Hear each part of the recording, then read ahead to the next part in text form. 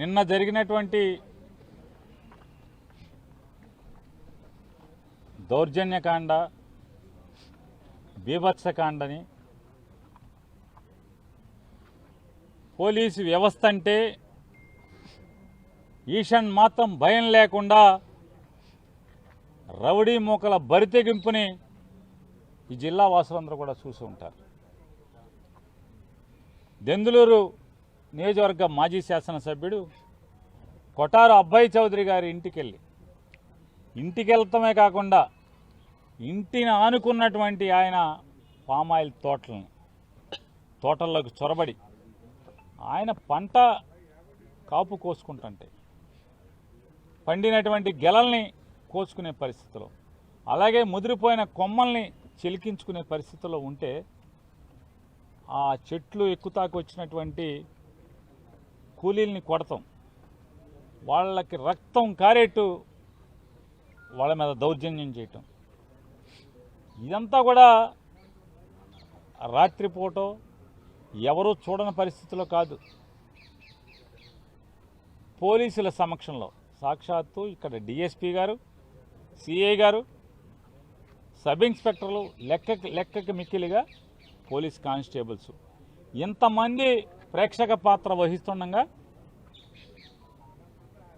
గూండా మూకలు, తెలుగుదేశం పార్టీ గూండా మూకలు ఈ రకంగా విధ్వంసం సృష్టించటం, పోలీస్ అంటే కనీసం దాంతో కూడా విలువ కట్టకుండా సహజంగా ఈ సమాజంలో ఎవడైనా ఎంత పెద్ద రౌడీ అయినా కాకి చొక్కాకి భయపడతారు, భయపడాలి.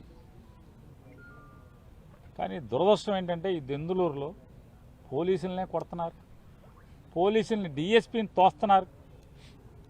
ఆడి స్థాయిపోయిన ఏమైనా ఎమ్మెల్యే తోశాడా అంటే సరిపెట్టుకుంటాక ఎమ్మెల్యే కూడా కాదు, కనీసం వార్డు పంచాయతీ మెంబర్గా గెలిచినోడు కూడా కాదు. రోజువారీ కండబలం మీద, రౌడీయిజం మీద పొట్టపోసుకునేటువంటి దుర్మార్గులు, కేడీలు, రౌడీ మూకలు డిఎస్పీని తోసే పరిస్థితి చేతులు పెట్టి, డిఎస్పీ, సిఐ, ఎస్ఐలు ఉండగా ఈ స్థాయి లావు కర్రల్ని, రాడ్డుల్ని తీసుకుని అబ్బాయి చౌదరి గారి పొలంలో వాళ్ళు తిరుగుతూ ఎవడైతే ఏ అబ్బాయి చౌదరి గారి తరఫున చెట్టు ఎక్కడానికి ప్రయత్నం చేస్తున్నారో వాళ్ళందరినీ కూడా కొడతాం. పోలీసు కూడా ఎంత అన్యాయంగా ఉందంటే, నిన్న అబ్బాయి చౌదరి గారు కోసుకున్నటువంటి పంట పామాయిల్ గెలలు ఒక ట్రాక్టర్ లోడు బయటికి తెస్తాకు ఒప్పుకోలేదు పోలీసులు. బయటికి తెచ్చినటువంటి ట్రాక్టర్ ఇంటి దగ్గర నిలబెట్టుకుంటే దాన్ని తీసుకెళ్లి ఫ్యాక్టరీకి తోలి అమ్మకుండా, పామాయిల్ గెలల్ని ఫ్యాక్టరీకి తోలి అమ్మకుండా 6 పోలీసులు బందోబస్తు, ట్రాక్టర్ బయటికి తీయకుండా. ఇది ఎక్కడ చోద్యం, ఇది ఎక్కడ విడ్డూరం? ఒక దెందులూరులోనే జరుగుతుంది. పశ్చిమ గోదావరి పోలీసులు, ఏలూరు పోలీసులు కూడా మిగతా జిల్లాల్లో ఇట్లా లేరు, మిగతా నియోజకవర్గాల్లో ఇట్లా లేరు. ఒక దెందులూరులోనే పోలీసులు వేరు. ఇదే పోలీసులు మళ్ళీ దెందులూరు సరిహద్దు దాటితే వేరేగా ఉంటున్నారు. ఎందుకు విచిత్రమైనటువంటి పోకళ్ళు ఈ పోలీసులకి? చూసుకుని నారా చంద్రబాబు నాయుడు గారిని కూడా అడుగుతున్నాం, ఈ సోకు మాటలు ఆపండి, డ్రామా మాటలు ఆపండి. నారా చంద్రబాబు నాయుడు ఎమ్మెల్యేని పిలిచి బాగా తిట్టాడు, ఎవడు చూశాడు? కొన్ని వీడియో రిలీజ్ అయిపోయా, ఆయన్ని తిట్టాడు, ఈయన్ని తిట్టాడు అంటాడు. కానీ ఇతను తిట్టారని చెప్పి ఆంధ్రజ్యోతి, TV5, ఈటీవీలో వస్తమే తప్పితే స్క్రోలింగ్ వస్తుంది, పేపర్లో రాస్తారు. ఆ తిట్లు తిన్నాడు బయటకు వచ్చి మాత్రం మళ్ళీ రౌడీజం మావులే, మళ్ళీ ఆక్రమణ మావులే, అవినీతి మావులే, అడ్డగోలుగా తింటం మావులే, జనాన్ని కొట్టుకు బతకటం మావులే. మరి ఏంటి నీ 75 ఏళ్ల వయసు, నీ 45 ఏళ్ల అనుభవం, లేదా నీ 14 ఏళ్ళు 17 ఏళ్ళు అందరికన్నా పెద్ద ముఖ్యమంత్రి నేను చెప్తున్నావు కదా, నీ పెద్ద ముఖ్యమంత్రి, నీ ఎక్కువ కాలం ముఖ్యమంత్రి ఎవడికి ఉపయోగం?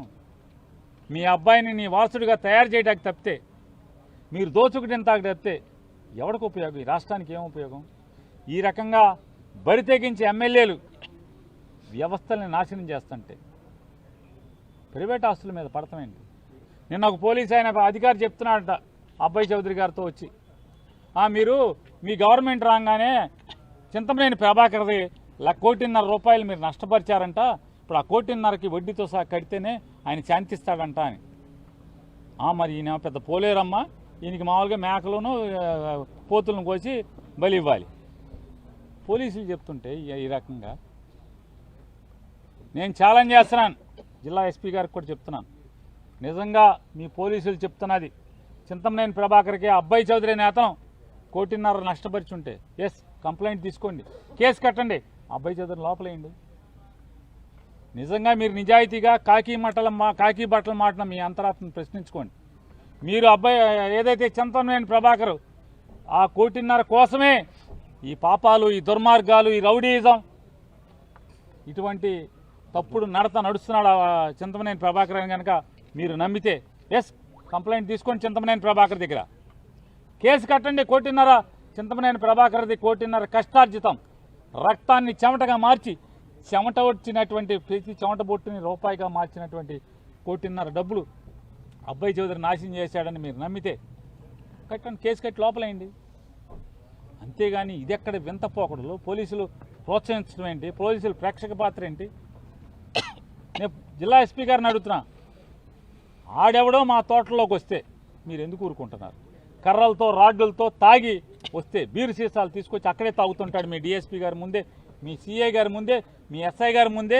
ఆడు బీరు సీసా తోటలో మా తోటలోకి వచ్చి తాగుతూ పక్క కర్ర తిప్పుతూ ఉంటాడు. రండిరా ఎవడరా తోటకి, ఎక్కడరా చెట్టు అంటున్నాడు. మీరెందుకు వచ్చారు? ఏం చేద్దామని వచ్చారు? అంటే మేమేమన్నా తిరగబడి చింతమనేని రౌడీల్ని సావగొడతామో, కాళ్ళు చేతులు ఎరగొడతామో అని కాపలా కాటాకి వచ్చారా? ఆడికి రక్షణగా వచ్చారా? దేనికి వచ్చారు మరి? ట్రెస్పాసింగ్ కాదా? మా ఆస్తులోకి వస్తే, ప్రైవేట్ ఆస్తులోకి వస్తే దౌర్జన్యం చేస్తుంటే దొమ్మి కాదా? అది చట్టం వాళ్ళకు వర్తించదా? మీరు కొరడా జులిపించరా? లాఠీ జులిపించరా? ఇది ఎక్కడ విచిత్రమైనట్టు పోకడం. ఆయన జితేంద్ర అని మా ఎంపీపీ, వైస్ ఎంపీపీ ఉన్నాడంట. ఆయనంట పంచాయతీ చెరువులో నిన్న ఒక డిఎస్పీ గారు చెప్తున్నాడు, నిన్న అబ్బాయి చౌదరి గారు ఊరు వచ్చినప్పుడు తోటలోకి వచ్చి చెప్తున్నాడు, సార్ ఇవన్నీ చింతమనేని ప్రభాకర్ గారు ఇవన్నీ చెప్తున్నాడండి. ఇది మీ పోలీసులా మాట్లాడే భాష? నేను జితేంద్ర అనేవాడంట ఒక పంచాయతీ చెరువు వాళ్ళ పార్టీ వాళ్ళకి నష్టపరిచాడంట, ఆ చెరువుని పంచాయతీ హ్యాండ్ ఓవర్ చేసుకుందంట. ఏంటన్నా ఎవడైతే వైఎస్ఆర్ కాంగ్రెస్ పార్టీ వాళ్ళు చింతమనేని ప్రభాకర్ చెప్పింది అయితే మీరు కేసు కట్టండి, విచారణ కూడా అక్కర్లా. మీరు లోపల ఏంటి చాలా కేసులు వేస్తున్నారుగా, విచారణ కూడా లేకుండా లోపల వేయండి. అంతేగాని సమాజం చెడిపోయేట్టు ఈ సమాజాన్ని కాపాడాల్సినటువంటి కంచే చేను మేసిన చందాన ఇవాళ మీరు కంచిగా ఉండాల్సినటువంటి పోలీసులు బరి తెగించిన దున్నపోతులు లేదా అచ్చోసిన ఆంబోతులు చేలో పడి మేస్తంటే ఈ కంచే చూస్తా ఊరుకుంటే సమాజానికి చేట మంచా అని అడుగుతున్నాను. మీరు ఏమని ప్రమాణం చేశారు? ఇవాళ ఏమని ఉద్యోగం చేస్తున్నారు? ఛాలెంజ్ చేస్తున్నాం ఈ జిల్లా పోలీసుని. ఎస్ మీరు అబ్బాయి చౌదరి కనుక చింతమనేని ప్రభాకర్కి ఆ జితేంద్ర మూలంగా ఇంకెవరకు అంటే కనుక వీళ్ళిద్దరి మీద కేసులు కట్టండి, విచారణ చేయండి. విచారణ కూడా అక్కర్లా, తేలిది కోర్టులో తేలుతుంది. మీరు కేసు ఎందుకు కట్టరు? కేసు కట్టకుండా ఈ రకమైనటువంటి బరితెగింపు అచ్చోసిన ఆంబోతుల్లాగా చేలోపడి మేసే పరిస్థితిలో ప్రైవేట్ ఆస్తుల్ని ధ్వంసం చేసే పరిస్థితులు ఉంటాయి. అక్కడి నుంచి చంద్రబాబు మాట్లాడు, డ్రామా కవులు చెప్తాడు, ఎమ్మెల్యేని తిట్టాడు, ఎమ్మెల్యేని కొట్టాడు, ఒంగోబెట్ట 4 బాదాడు, జుట్టు పట్టుకుని ఈడిశాడు. ఇవన్నీ ఎవరికి కావాలి? పేపర్లో రాస్తే ఏ ఎమ్మెల్యేని ఒక్కడ కంట్రోల్ అవుతున్నాడా?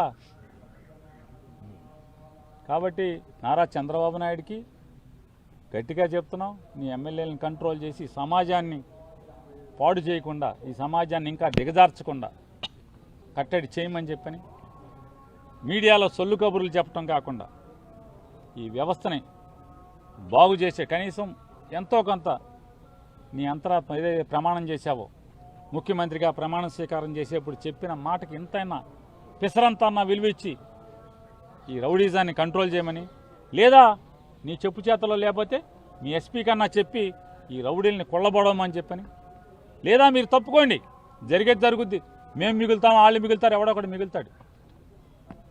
ఏం చేద్దామని అబ్బాయి చౌదరిని చంపుతావు?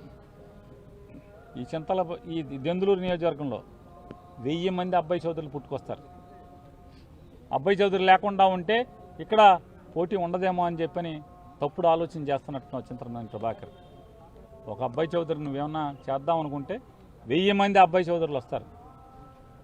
హింసతో నువ్వేం చేయలేవు. ఖచ్చితంగా దెందులూరు ప్రజలకు కూడా విజ్ఞప్తి చేస్తున్నాం. ఒక్కసారి చూడండి ఈ ఆగడాలని, ఈ అకృత్యాలని, ఈ విధ్వంసాన్ని, ఈ రౌడీజాన్ని, ఈ బరితెగింపుని. వీటిని పశ్చిమ గోదావరి లాంటి శాంతి కామకులు ఉండేటువంటి, కనీసం చీమకు కూడా హాని చేయనటువంటి పశ్చిమ గోదావరి అంటే ఏలూరు జిల్లా లాంటి మెత్తటి మనుషులు ఉన్నటువంటి సాధుజీవులు ఉండేటువంటి ఈ జిల్లాలో ఈ రకమైనటువంటి సంస్కృతిని కొత్తగా నాటితే ఈ సమాజానికి, మీ ఊర్లకి, మీ నియోజకవర్గానికి ఎంత చేటు అవుతుంది అనేది కూడా ఆలోచించి తొందరలోనే అతన్ని రాజకీయాన్ని తుదముట్టించమని, అతన్ని పారదోలమని చెప్పని విజ్ఞప్తి చేస్తాను.